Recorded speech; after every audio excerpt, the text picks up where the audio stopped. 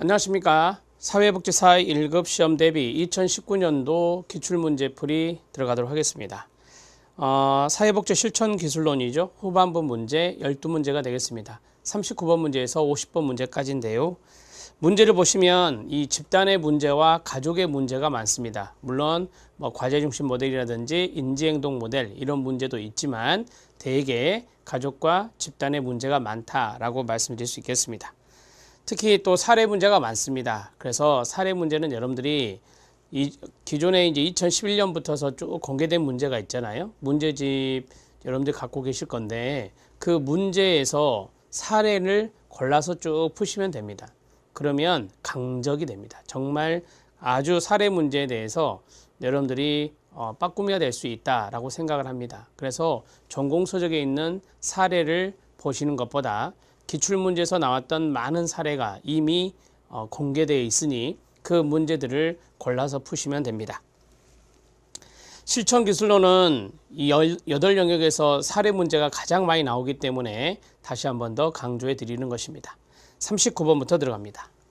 자, 39번 문제는 좀 편하게 읽어 나가시면 되겠는데 집단 회기를 마무리하는 방식으로 옳은 것을 모두 고른 것은입니다. 집단사회복지사가 1회기, 2회기, 3회기 이런 식으로 회기를 거듭해 나가는데 마무리를 해야 되잖아요. 회기를. 이 마무리하는 방식입니다. 첫 번째, 회기에 대한 사회복지사의 관찰과 생각을 전달할 필요가 있겠죠. 쭉 집단성원들이 상호작용하는 것을 사회복지사가, 집단사회복지사가 관찰했고 그 다음에 또 사회복지사의 생각이 있을 거 아니에요. 그것을 마무리하는 시점에 이야기할 필요가 있겠죠. 자, 그 다음에 회기 중에 제기된 이슈를 잘 다 마무리하지 않고 회기를 맞춰도 될까요? 네, 그렇습니다. 대개 이제 집단 같은 경우는 1회기가 1시간 반 정도 됩니다. 길면 한 90분 정도 하는데요. 여러 명이 있다 보니까 이야기할 기회를 좀 넉넉하게 줘야 되잖아요. 그런데 회기 중에 제기된 이슈가 있습니다. 그 전의 이슈가 아니라 회기 중에 이루어진 이슈입니다. 그러면은 그 시간 안에 다 다루지 못하고 그 다음 회기 때 다룰 수 있겠죠. 그래서 마무리하지 않고 회기를 맞춰도 됩니다. 이거는 이제 시간상 그렇습니다. 시간상 그렇다. 그리고 다음 회기 때 이를 다루면 되겠죠. 회기에서 다룬 내용을 집단 밖에서 어떻게 적용할지에 대한 계획을 묻는다라고 했습니다. 이거는 이제 사회복지사가 묻는 건데 회기에서 다룬 내용이 있습니다. 그러면 이제 마무리하는 시점에서 그러면 가정으로 돌아가셔서 직장에 가셔서 지역사회로 나가서 이걸 어떻게 적용할 것인가 그 계획을 물어볼 수 있겠죠. 맞습니다. 자, 다음 회기에 다루기 원하는 주제나 문제를 질문해 볼 필요도 있겠죠. 이번 회기에는 이걸 다루었습니다. 다음 회기에서 다루고 싶은 것이 있습니까? 이런 식으로 물어볼 수 있겠죠. 자, 모두 맞습니다. 답은 5번입니다. 이렇게 정리하십시오. 자, 40번 문제 들어갑니다. 가족에 대한 부분인데요. 자, 가족에 관한 설명으로 옳지 않은 것은이다. 우리가 이제 가족 대상 사회복지 실천에 맨 앞에 보면 이제 가족에 대한 기본적인 개념 또는 가족의 어떤 변화 이런 것들이 들어있는데요. 사회 변화에 따라서 가족의 구조와 기능도 변화될 수 있습니다. 그렇죠. 당연히 구조도 변화될 수 있고 기능도 변화될 수가 있을 것입니다. 가족의 구조적인 측면을 이야기하면 지금은 1인 가족이 상당히 많이 있죠. 자, 그 다음에 위기시, 위기의 동그라미. 가족은 역기능적 행동을 보일 수 있지만 가족의 탄력성, 레질리언스라고 하죠. 가족의 탄력성을 보일 수도 있다라고 했습니다. 당연하죠. 역기능적 행동, 위기니까 역기능적 행동을 보일 수도 있지만 가족의 탄력성은 도전의식이라고 합니다. 간단하게 이 도전의식을 가질 수 있어요. 위기를 극복하기 위해서. 네, 맞습니다. 가족은 생활주기라는 게 있습니다. 가족은 생활주기, 여러 학자들이 생활주기를 나누었었죠. 생활주기는 여러분들이 알다시피 결혼하기 전 카토와 맥골들에게 6단계를 이야기하면 가족 생활주기 같은 경우는 원가족으로부터 분리되는 결혼하기 전, 그 다음에 결혼하고 나서 신혼부부, 그 다음에 아동기 자녀가족, 청소년기 자녀가족, 자녀 독립 시기, 마지막은 노년기 부부 이렇게 되거든요. 그래서 6단계가 있는데 거기에 따라서 단계적으로 발달하고 변합니까? 당연한 이야기고요. 자, 가족에는 항상성이란 게 있습니다. 가족 항상성을 통해 우리가 이제 항상성은 긍정적 항상성도 있고 그 다음에 부정적 항상성도 있습니다.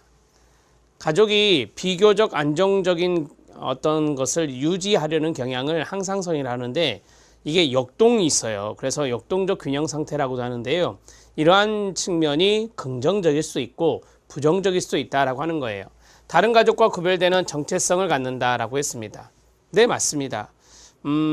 어떤 가족이 예를 들어서 부정적 항상성이 있다 그러면 부정적 정체감이 형성될 것이고 긍정적 항상성이 있다 그러면 긍정적인 가족의 정체성이 형성될 수 있겠죠. 그래서 다른 가족과 구별되는 아이덴티티, 정체성을 갖습니다. 맞습니다. 가족은 권력구조가 있나요? 없나요? 당연히 있죠. 권력구조가 있다라고 이야기하는 사람이 대표적으로 미누친입니다. 그래서 가족은 권력구조를 갖고 있지 않은 갖고 있죠.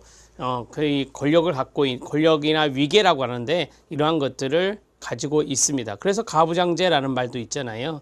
그래서 이 권력 구조를 가지면서 이루어진 사회 가장 기본 단위 공동체라고 말할 수 있습니다. 답은 5번입니다. 자, 어려운 거 아니죠? 어려운 거 아닙니다. 차분하게 보시면 되는 것이고요. 자, 41번은 좀 짧은 문제인데 집단을 활용한 사회복지 실천의 치료적 효과, 이거를 이제 이점이라고 하죠. 이점. 자, 요인으로 옳지 않은 것은 이다 라고 했어요. 되게 뭐 이런 것들은 이점이 있으면 그 이점에 대해서 설명을 쭉 하는데 이번 문제는 아주 간단하게 타이틀만. 자, 고유성이란 것은 없어요. 고유성이란 것은 없고 이타성 향상 있습니다. 자, 집단 성원들 중에 다른 사람에게 도움이 되는 경험을 할 수 있잖아요. 다른 사람에게 도움을 줄 수 있는 경험을 할 수 있잖아요. 이게 이타성이에요. 그 다음에 실존적 요인도 있습니다. 집단 프로그램을 하다 보면 이 문제를 해결하는 궁극적인 책임은 자기 자신한테 있다라는 걸 느끼게 돼요. 이게 바로 실존적 요인이라 그래요. 자, 그 다음에 제 경험에 기회를 제공한다. 네, 있습니다. 자, 예를 들어서 가족의 갈등이 있는데 그것을 집단으로 가져와서 거기에서 집단 성원들끼리 뭐 상황극이나 역할극을 통해서 제 경험을 해볼 수 있잖아요. 제 경험을 해서 많은 분들에게 코멘트를 받을 수 있잖아요. 이러한 것들이 바로 제 경험의 기회 제공이고 희망고치. 근데 이것도 있습니다. 자, 어떤 사람이 변화되는 걸 봤다. 회기가 쭉 이루어질 때 저 사람이 변화가 되고 있네. 이걸 보면서 나도 변화될 수 있겠구나 라고 하는 희망을 가질 수 있다라고 하는 것이죠. 답은 1번이에요. 고유성은 없어요. 여기서 한 가지만 더 말씀을 드리면 가장 많이 나오는 게 이거거든요. 보편성이라고 하는 겁니다. 보편성은 문제의 일반화라고 하죠. 여러분들이 많이 알고 있는 거. 문제의 일반화. 자, 지금 내가 가지고 있는 문제가 나만 가지고 있는 거 아니구나. 다른 분들도 다 가지고 있구나. 그런 것을 느끼면서 강한 안도감을 경험하는 거죠. 이런 것들이 바로 보편성 문제 일반화예요. 이것도 여러분들이 아셔야 됩니다. 자, 41번의 답은 1번이고요. 42번 문제 들어갑니다. 자, 42번 문제는 사례 문제 별표. 다음 사례에 해당되는 단일 사례 설계 평가 유형은이라고 했어요. 꼭 실천 기술 이 문제에 조사론에서 나오는 단일 사례 평가, 단일 사례 설계가 나오더라고요. 한 문제씩. 이거는 평가 및 종결 때문에 나오는 것 같아요. 한 문제씩 꼬박꼬박 나오는 것 같습니다. 근데 어렵지 않아요. 보세요. 대인관계 문제로 어려움이 있어요. 이게 이제 뭐겠어요? 표적행동이겠죠. 이게 이제 표적행동이에요. 자, 이것을 겪는 재훈이가 등장하고 수지가 등장했어요. 두 사람이 등장했어요. 그럼 눈치채야 되는데 여기서 재훈이와 수지는 사회성 측정 후 사회기술훈련에 의뢰되었습니다. 사회기술훈련이 바로 개입 프로그램이 되겠죠. 이게 이제 개입 프로그램이 되는 거고, 자, 재훈이는 곧바로 사회기술훈련을 시작하여, 자, 재훈이가 먼저 시작했습니다. 재훈이가 먼저 시작했고, 그 다음에 자, 사회성 변화 추이를 측정해 오고 있으며 수지는 3주간의 시간차를 두고 사회기술 훈련을 시작했대요. 이거는 나중에 시작했네. 수지는 나중에 시작했다라고 했어요. 변화 추이를 관찰했다라고 했습니다. 자, 이걸 이제 정리해 보면 두 사람이고요. 그 다음에 여기 보면 첫 번째 사회성 측정 후라고 했어요. 그러니까 기본적으로 대인관계 문제가 있으니 사회성 측정해 보면 대인관계 점수가 낮겠죠. 그리고 나서 이제 사회기술 훈련을 했단 말이에요. 그리고 나서 3주 있다가 수지를 했어요. 재훈이가 먼저 하고. 이게 바로 이거죠. 다중 복수기초선 설계라고 해요.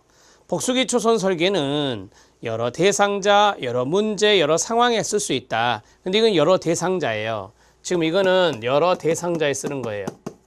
여러 대상자에 쓰고 그 다음에 해설에도 나와 있지만 개입 시기를 달리합니다.